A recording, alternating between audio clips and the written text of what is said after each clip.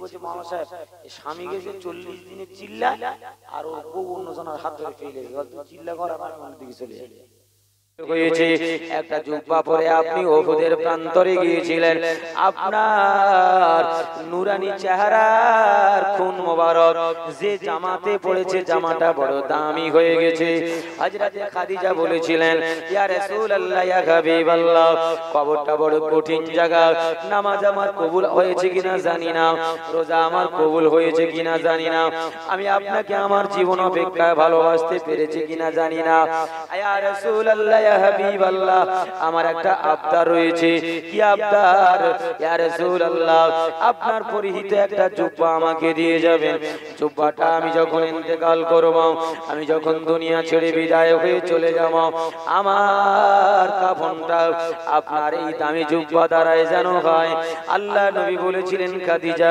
আমার জুব্বা দ্বারাই তুমি কি উপকার পাবে ইয়া রাসূলুল্লাহ ইয়া হাবিবাল্লাহ আপনার সঙ্গে স্পর্শ পাওয়ার পরেতে আল্লাহর নবী গো আপনার চাচা আবু তালেব জাহান্নামে চলে গেছে আবু তালেব ঈমানের কলমা পড়ে নাই নামাজ পড়ে নাই রোজা রাখে নাই হজ করে নাই যাকাত দেয় নাই কিন্তু আমার আল্লাহ তাআলা আযাবের ফেরেশতাকে ডেকে বলবে ও আযাবের ফেরেশতা আবু তালেবকে হাতে জাহান্নামের আগুন দিও না গায়ে জাহান্নামের আগুন দিও না মুখে জাহান্নামের আগুন দিও না জাহান্নামের আগুন দ্বারা একটা জুতো তৈরি করে তার পায়ে পরিধান করিয়ে দাও ফেরেশতারা বলবে আল্লাহ কেন বলবে এই জন্য হাতে আগুন লাগবে না আমার নবীর সঙ্গে তার হাত আমার নবীর গায়ের সঙ্গে তার হাত লেগেছিল তার জবানে আগুন লাগবে না জবান দ্বারা আমার নবী চুমা খেয়েছিল তার শরীরে জাহান্নামের আগুন লাগবে না আমার নবীকে কোলে করে নিয়েছিল ইয়া রাসূলুল্লাহ ইয়া হাবিবাল্লাহ আপনার সঙ্গে আপনার জামাটা লেগে রয়েছে আপনার বদনে টাচ দেওয়ার পরেতে আপনার জামাটা বড় দামি হয়ে গেছে ইয়া রাসূলুল্লাহ ইয়া হাবিবাল্লাহ ওই জামাটা যদি আপনি আমার কাফন বানিয়ে দেন তাহলে নামাজ আমার কাজে না আসলেও রোজা আমার কাজে না আসলেও হয়তো আপনার জামার ওসিলায় আল্লাহ তাআলা আমাকে জান্নাত নসিব করে দেবে ওই শবে বরাতের রাতে নবী গিয়েছেন জান্নাতুল বাকিতে গিয়ে খাদিজার জন্য কান্নাকাটি করছেন হযরতে আয়েশা ঘুমের ঘরে উঠেই দৌড় দিয়েছেন গিয়ে দেখছেন নবী একাকী জান্নাতুল বাকিতে গিয়ে ঝরঝর ঝরঝর করে কাঁদতেছেন সাহাবীদের জন্য দোয়া চাইতে চাইতে খাদিজার জন্য দোয়া চাইছেন জোরে বলেন না সুবহানাল্লাহ আল্লাহ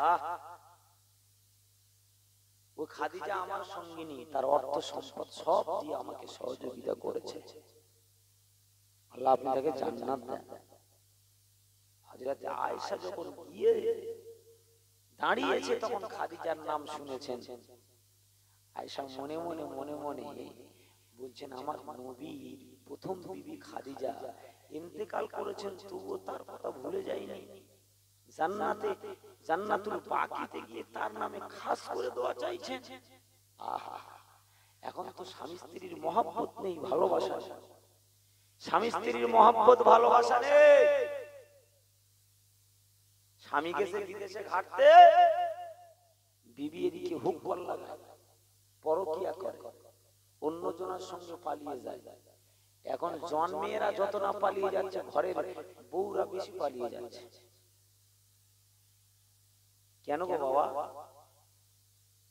কেন সমাজে এমন রোগ ধরলো কেন জন যুবক মেয়েরা যদি পালিয়ে যায় তো অনেকটা মানা যায় ঘরের বউ যদি পালিয়ে যায় এটা কি মানা যায় যত দেখেছি তালাক তালাক হচ্ছে বেশিরভাগ বউদের হচ্ছে দু তিন ছেলের মা অন্য জনের হাত ধরে হুক কল লাগিয়ে চলে যাচ্ছে এই হুক বোঝেন তো আপনারা না বোঝেন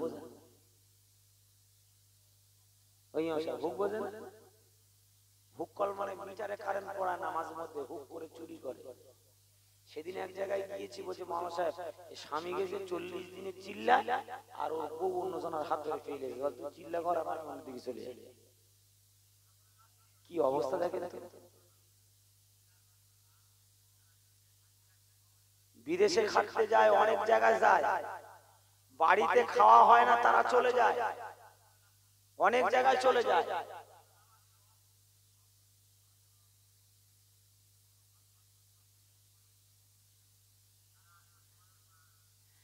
ও আমি প্র্যাকটিক্যালে বলছি, আপনাকে বলছি না। দ্বন্দ্ব না হচ্ছে, এরকম হচ্ছে। আপনি চিল্লায় যান, শর্ত মেনে যান, দোয়া কবুল হবে। দোষ সবারই। বউ যদি অন্যায় করে সে দায়ুস, সে চিল্লায় গেল তার বউকে সাবধান করে যেতে হবে। বাজারে যাচ্ছে কেন, সে দায়ুস হয়ে যাবে। অবশ্যই লক্ষ্য রাখতে হবে, ইবাদত বন্দেগী গুলো করতে হবে। বিতর্ক আপনার সঙ্গে করতে আসেনি ভাই। আপনার যদি ভালো না লাগে আপনি না শুনবেন, কিন্তু প্রতিবাদ নাই। এগুলো লক্ষ্য রাখতে হবে। দোকানের বিরুদ্ধে আমিও বলেছি, তাহলে যারা দোকানদার তারা তো কথা ধরতে পারত, কিন্তু না। দোকানের কথা আমি প্রথমেই বলেছি যে এখানে আমরা ডাকাডাকি করছি আসে না, কিন্তু দোকানে বিনা টাকায় চলে যাচ্ছে। দোকান থাকবে কেন, দোকান থাকবে কেন, এই প্রশ্ন আমাকে করে লাভ নেই।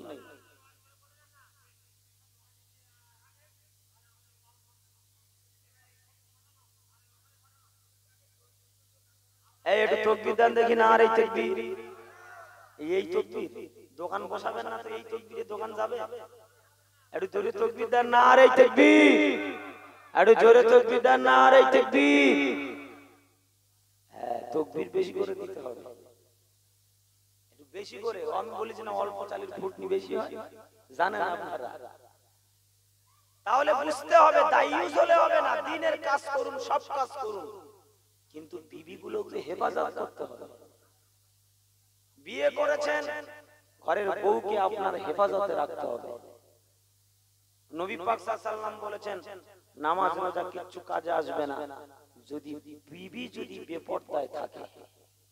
বিবি যদি বেপরদায় থাকে।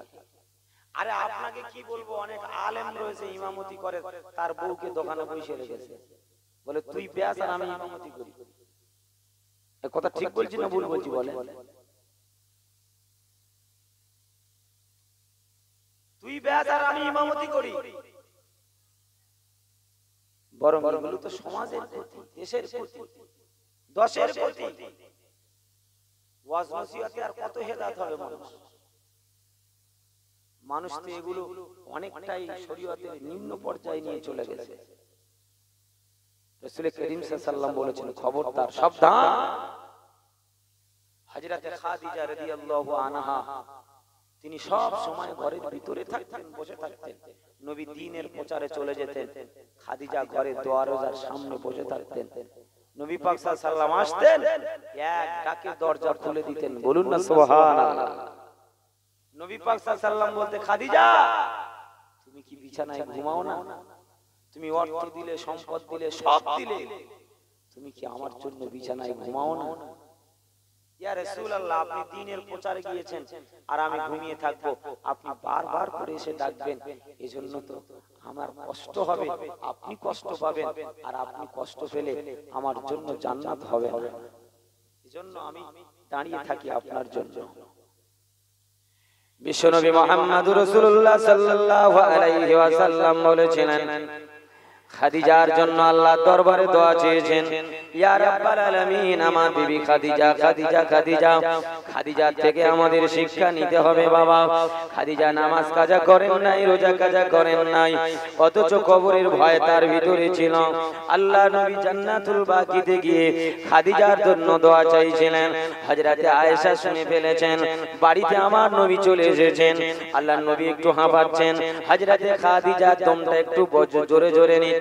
ও আয়েশা, তুমি কোথায় গিয়েছিলে? ইয়া রাসূলুল্লাহ, ইয়া হাবিবাল্লাহ, বিছানায় আপনাকে পাইনি, তাই খুঁজতে খুঁজতে জান্নাতুল বাকির কাছে চলে গেলাম। গিয়ে দেখলাম আপনি জিয়ারাতে রত রয়েছেন। আমি শুনতে পেলাম আপনি খাদিজার জন্য দোয়া চাইছেন। ইয়া রাসূলুল্লাহ ইয়া হাবিবাল্লাহ আপনি খাদিজাকে ভুলতে পারেন না। খাদিজাকে কেন ভুলতে পারেন না? আল্লাহর নবী বলেছিলেন ও আয়েশা আজকের রাতটা বড় মর্যাদা সম্পন্ন রাত। আজকের রাতটা হলো শবে বরাতের রাত। আজকের রাতটা হলো শবে বরাতের রাত।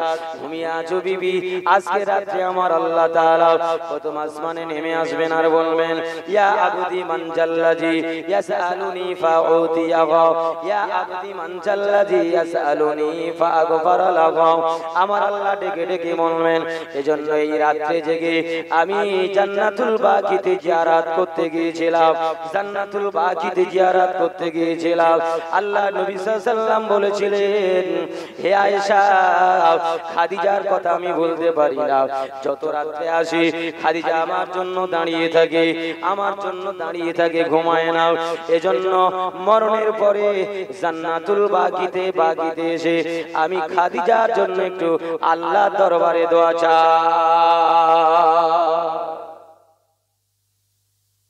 খাদিজার জন্য একটু দোয়া চাই। খাদিজার জন্য আল্লাহর কাছে দোয়া চাই, কারণ তিনি আমাকে সহায়তা করেছেন।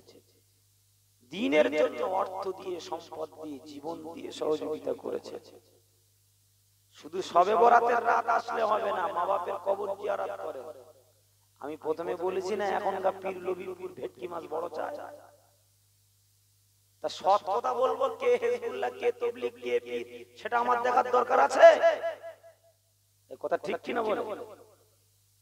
হক কণ্ঠকে জোর করতে হবে, হক কথাকেই জোর করে বলতে হবে, তারপরে তো কাজ হবে, নচেত কাজ হবে না। একটু মহব্বতে দরুদ শরীফ পড়ুন। আল্লাহুম্মা এই 53 হয়ে গেছে।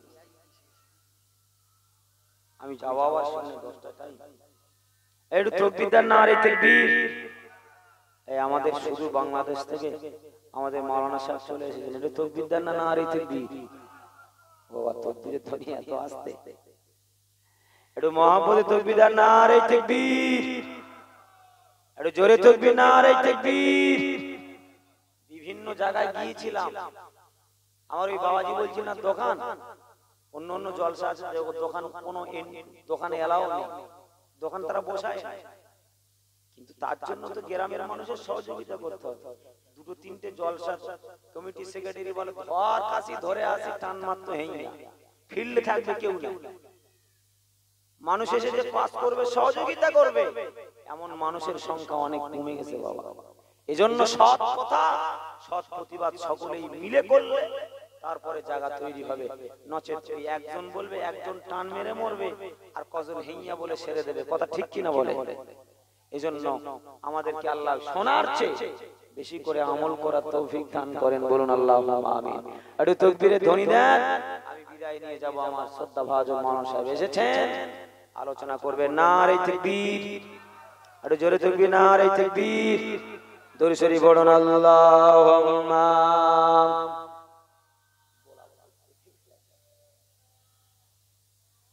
ভাই বাজারে, জানারা বাজারে আছেন চলে আসুন। হযরত মাওলানা আবু